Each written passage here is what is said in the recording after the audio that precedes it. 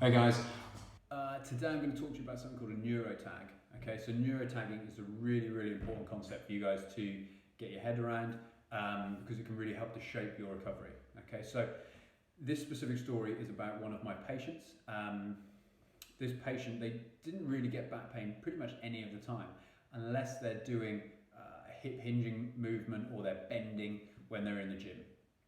And they were, they're largely pain-free, right? If they flared their back pain up because they did this, it would last a week, maybe 2 weeks at the worst, and then it would go away, okay? Now, the patient had tried loads of strategies. So they lowered the number of reps they're doing, they'd lowered the weight, nothing worked. They tried slightly different exercises, still wasn't helping. So they'd got themselves into a bit of a pickle with it. Now, what I do with this person is we did a bit of hands-on treatment to create that calming input to their nervous system. We started a progressive rehabilitation program. So what we did was we found the specific movements that were aggravating for them, and we just did that through taking their case history and talking to them about it, listening to what they had to say. We then started them off with really gentle exercises that did the same movements of the spine that they found aggravating, but we did them to such a small extent that they didn't set off the patient's pain. Okay, so rather than having them bend down, lift up weights, I just had them doing a cat camel exercise, which is like a flexion extension movement, a very basic yoga exercise, but it's a really great place for this patient to start. Now, there's nothing wrong with bending or doing any of the stuff they're doing. And I don't think they damaged themselves because, again, they would flare out from doing the exercise and the pain would go away, and then they'd try again and it would flare up again. And they didn't have pain during the exercise, it was always after. So what they're actually doing when they're bending and they're doing these exercises in the gym is they're constantly setting off their body's protective response, which is back pain.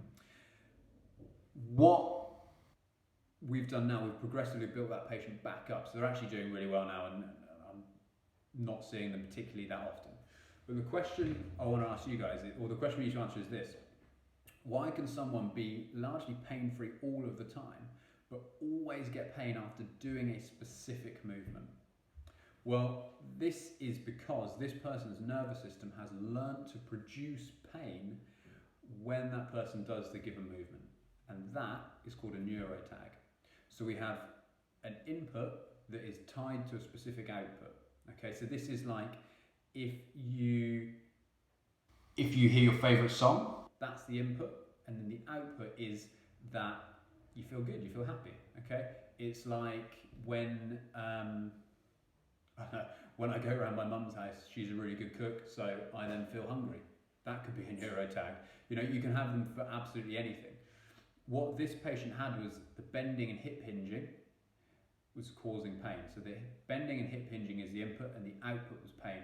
And those two things became wired together in that person's nervous system. So it didn't matter how they adjusted it and changed it.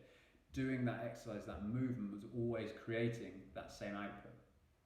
So what we did was we graded it back so far just to get the spine just tolerating and doing those really super gentle movements, and that didn't provoke the pain. So we had to change it back and grade it so far back to the beginning that this person is really fit and healthy, this patient, but I've just got him doing this really gentle yoga exercise that I get like 70, 80-year-olds doing when they come in. So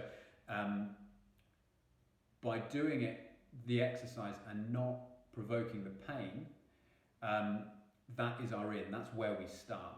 From there, when the body gets comfortable with that and doing that movement and not causing pain, we then progressively build it up. So I then made it more challenging. We got the patient standing, touching their toes, doing that with a weight, that's called a Jefferson curl.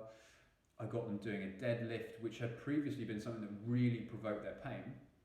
We got them doing that, but just like holding a stick, and then holding a plastic bag with some stones in as to use as a weight, or even holding a couple of tins of like baked beans, whatever. It's like 400 grams in each hand. It's nothing, it's less than a kilo, but that's where we had to start, and we have to then progressively build it up there.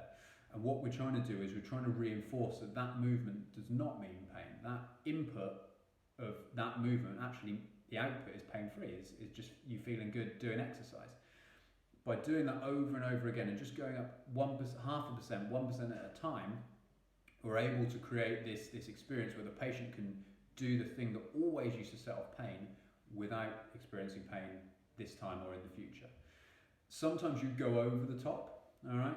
You get it wrong, the patient flares up, so you have to know what you did, scale it back a little bit, make sure everything's calmed down, and then build it back up again nice and slowly.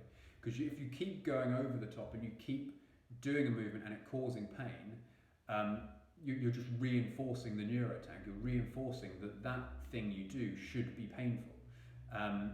It's a learned response from the body.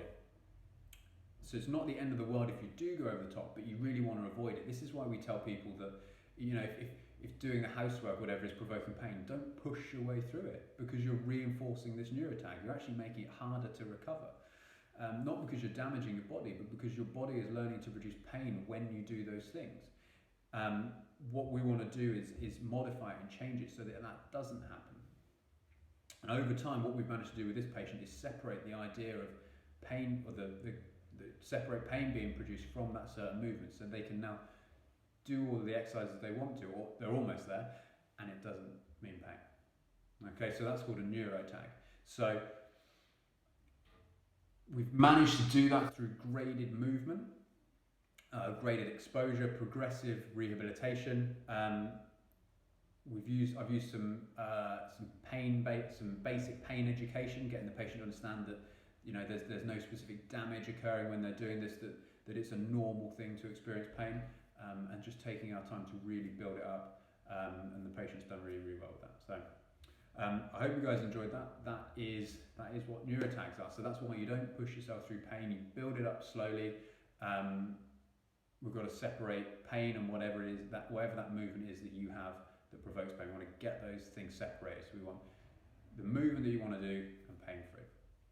I hope you guys have a great week. I will speak to you next time. We've got something exciting we're doing this weekend for everyone, so stay tuned. It will be around within the next month or so, I think. Yeah, any questions, stick them below, and I'll look forward to answering those, interacting with you guys as always, and I'll look forward to speaking to you all again next week. Have a great weekend.